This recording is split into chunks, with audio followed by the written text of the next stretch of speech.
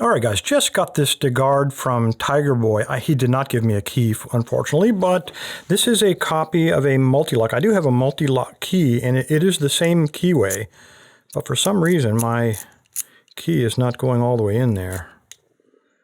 So it's getting stuck on something in the back, but it doesn't matter. It's the same keyway. These are pin-in-pin as well. A lot of you guys want to know how I know how many pins are in there, so let's figure it out. What I usually do on a wide open keyway like this is you can often take your flashlight, so if I get the right angle here, and you can see how many pins. And I'm looking at, looks like 4. And if you can't, because of warding, there's another little trick. Not really a trick, common sense stuff. Same way you do with pin tumblers. I get just a pick with a rounded tip. It doesn't matter which one. I'm going to stick it on the side here, all the way to the back. And then as you pull it forward, it goes over those little humps. And I'm counting 4 again. 2, 3, 4. So there are 4 in this little guy.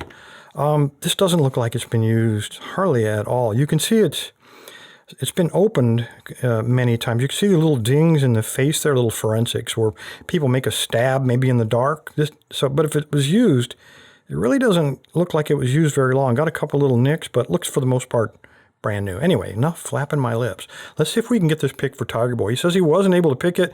He wants me to do it and then return it to him. I don't know why he didn't send me a key, though.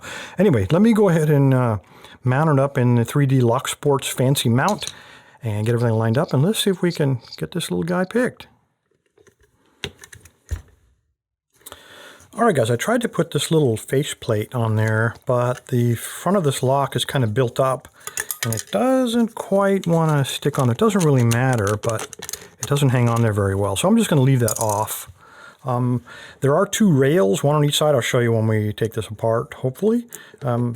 It prevents the core from turning inside of this 3D Lock Sport mount. So really well thought out, built a lot like a normal door mount. All right, let's quit flapping some lips here. Let's try to pick this guy. It is a normal, I want to say normal, multi-lock keyway, so nice and wide. This is the one I usually use, and it really doesn't matter. This is a number 9, though I think it's 1.4 millimeter, really thick, but you can see there's an awful lot of flop. So if there are security pins, might be a little difficult to spot, but I'm going to go with it. Let me get that cat hair out of there. Yeah, okay. I'm going to try, grab this one-handed.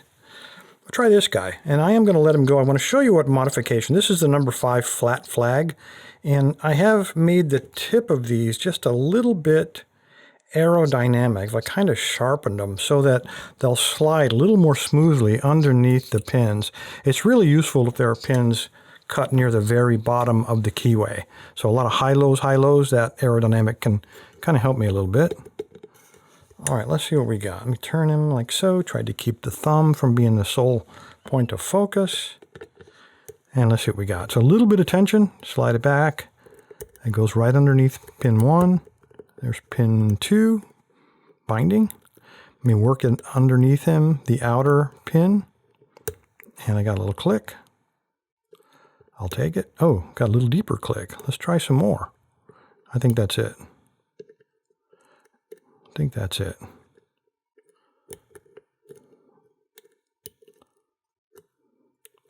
I think that is counter rotation on pin 1.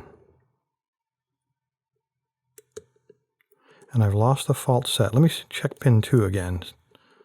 See if he fell back down. Nope. So it's got to be somebody else. Either that or I didn't pick pin 1 far enough. Check pin 1. No.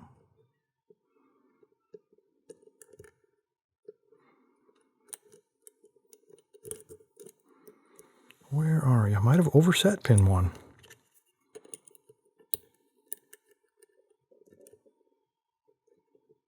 Okay, there it is, pin 2. Now we have a good fault set. So we are definitely caught up on a spool at this point. I think pin 1 is a spool because he gave us that counter rotation. I think pin 2 is a standard pin because when I popped him, we went right back to that fault set. I'm on pin 3 now. Got the tiniest of feedbacks. Feels like counter rotation, very slight on the outer pin. So let's see if we can pop him. Very deep fault set. And there we go. Again, we've lost our fault set, and now when I pull the pick back out, I'm getting hung up on pin 2, and there we go, we got it back. So pin 2 is definitely the gatekeeper, or standard pin on this stack. I'm on pin 4, I am getting counter rotation again. So we have 3 spools, 1, 3, and 4. Very deep spool. Nice click, and again, when I pull back out, I'm hitting on the back side of pin 2, the standard pin, and there we go. Now we have a super deep fault set. Check that out. So that tells me we're probably hung up on one of the inner pins. We got the outer ones picked. Now the only trick to inner pins, for you new guys, the inner pin springs are much smaller, very tiny little guys. And if you put the same amount of tension on the lock as you were using to pick the outer pins, you really won't be able to feel them. So you've got to really lighten up on the tension. And then what we're going to do is just slide it till we feel the pin, and then rotate it and slide the pin in and out until you feel it in the hole where the inner pin is. And there's one. He's okay. All right, just keep moving back and forth. A lot of trial and error on these inner pins.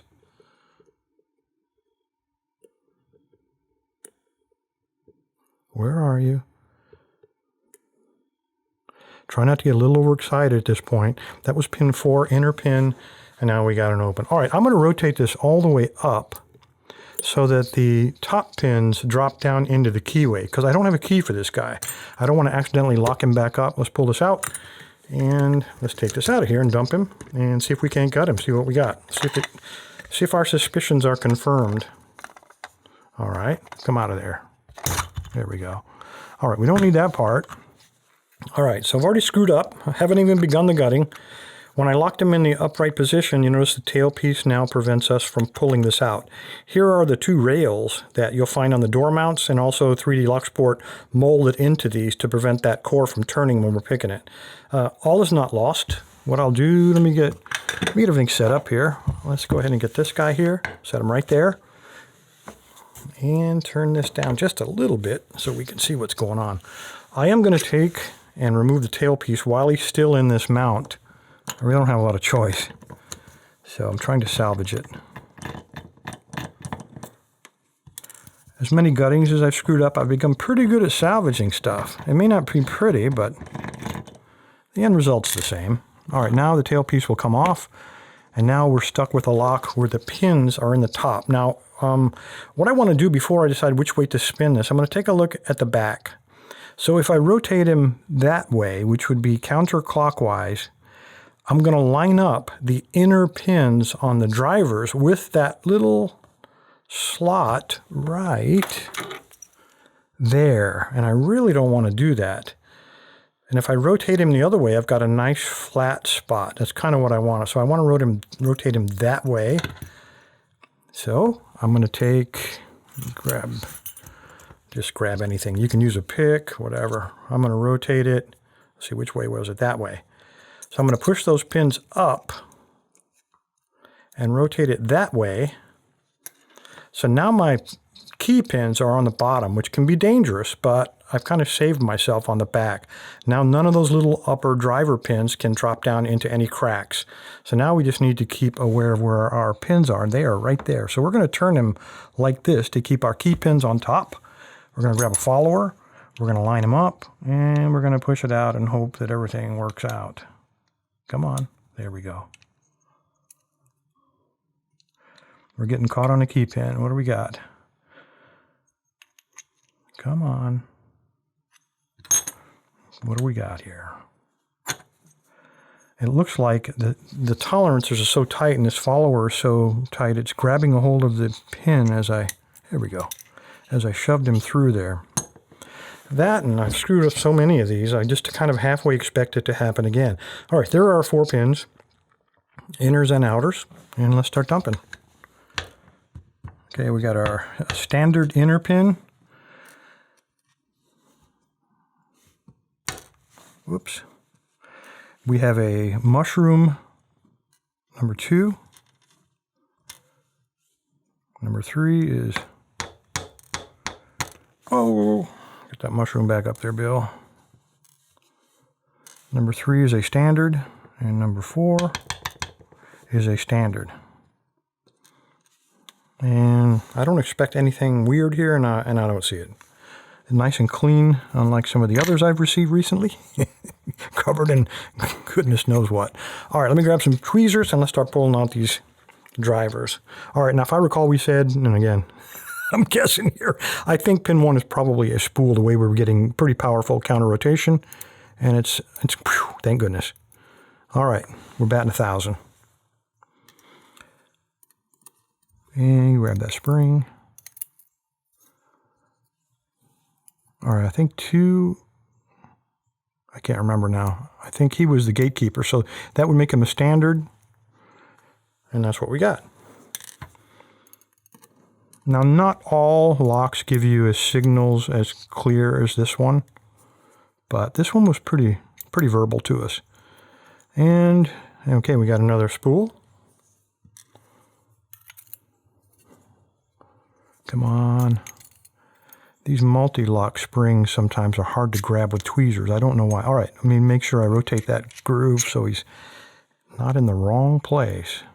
And the last one is going to be standard. Oh, wait a minute. No, he's a spool. He is a spool. Cool. And spring. All right, guys, there's what we got. Let me line these up so you can kind of look at what we're... Let's see, put him right there. Put him right there. Him right there. And I'm not going to mess around with the springs. I don't want to waste your time. So there's what we're looking at. Now notice the driver pins, the inner pins do not come out. So these guys, let me grab a probe here. The springs on these are like super small, super weak. And that's why I say lighten up on the tension on these guys. On the inner pins, let me grab this brass one because he's a little brighter. Notice he looks like a nail, and that's because the head of the nail prevents that pin from falling all the way through. He is not spring-loaded on the bottom. He just kind of hangs down there like that. So when you push up against that, it interacts with the upper inner pin. Anyway, guys, there you go. Pretty simple little lock. The only tricky thing on this one for Tiger Boy was probably this guy. This boy, no, I got them. This spool here, I'm sorry, this mushroom, because he's so low cut, it might have been a little awkward to get underneath him to access the other ones. If you're getting a little bit impatient, it'll be easy to overset pin 2 on this lock. Anyway, guys, there you go. Appreciate your time. Stay safe, stay legal. Tiger Boy, let me get this back together, well, as best I can without a key, and I will get it back in the mail to you. Thanks, guys.